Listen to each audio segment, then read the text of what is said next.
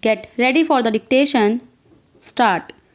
Mr. Deputy Speaker, I stand to congratulate the Finance Minister and his colleagues for presenting a very well balanced budget for the year 1997 to 98. As we all know that the budget shapes the economy of the nation. The budget has also an impact on the economy as a whole. This budget, I think, definitely gives incentives, serves as an all time booster in every sector of our economic life. The finance minister had waged war against inflation some months back, and we saw very good results, and inflation is now a matter of the past. Now, the finance minister is waging war against the recession in some sectors to build economy and to save the labor from the difficulties arising out of it. He has given orientation to this budget for all round growth and incentive to the people to renovate their machinery so that government does not reach at that level as to take over such sick undertakings and then try to run them by investing huge amounts. The priorities have also been very well laid, looking to the assurances given every time that there will be at least 5% growth. We and the opposition have been very much worried because of the unchallenged growth of unemployed people, whether they are educated or uneducated. All care has been taken that a large number of industries could be established not only in the private sector but also in the public sector or by expansion of existing industries so that maximum number of people could be absorbed. The base of our economy is agriculture.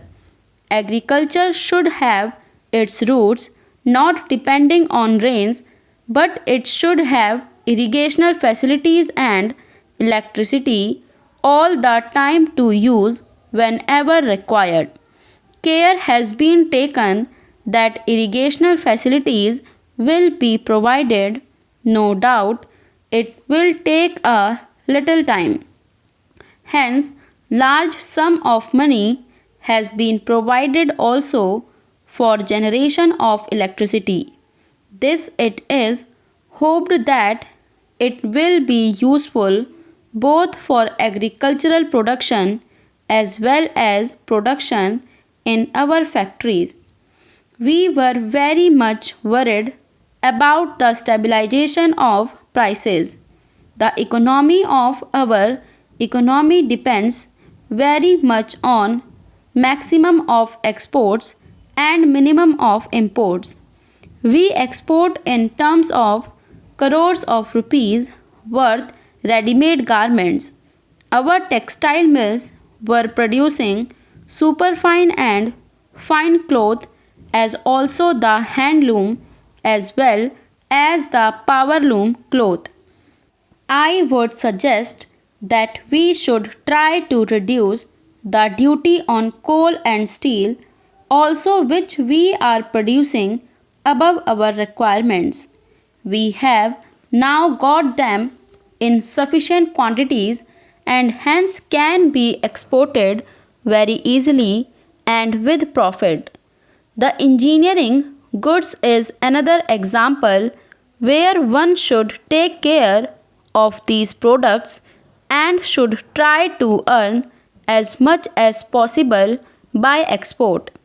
Now, about direct taxation, I feel that the taxes on corporate sector have been scientifically put in this budget, and I am sure the businessmen who were trying to manipulate books of accounts to save more money, which created more black money, will surely behave well. But the finance minister will have to be careful in seeing that when these taxes have been reduced from 77% to 66%, these businessmen behave well, and if they do not behave well, a heavy hand should fall on them. I expected some relief for the middle class people. Today, under the Employees State Insurance Scheme, a person drawing rupees 1000 has now been taken under its fold and gets the medical relief benefit under the scheme. As also, since the value of the rupee has gone down, I am suggesting that the exemption limit of rupees 18,000 should be raised to rupees 22,000. The finance minister, in his speech, has admitted that by raising the limit to rupees 18,000, Income Tax Department has not collected less amount, rather the collections have gone up.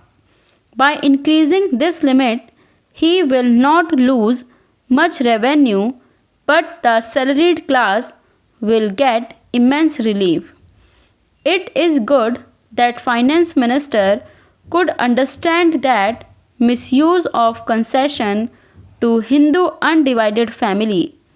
There used to be so many duplications, but actually the chartered accountants used to advise such people to take the benefit under Hindu undivided family scheme. It is now rightly explained by the finance minister that the Hindu undivided family would now be taken on a different footing and levied taxes to root out this corruption. Sir, the public undertakings are the largest undertakings and they are reaching the commanding heights.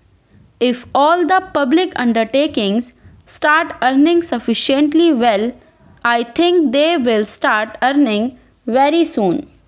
Then, in the past 5 or 10 years, the incidence of the direct taxation, which puts a burden on the common man, will be reduced.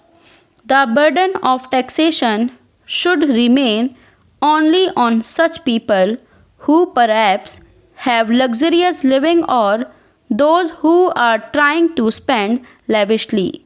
You may tax common man, but do not put so much of burden on him.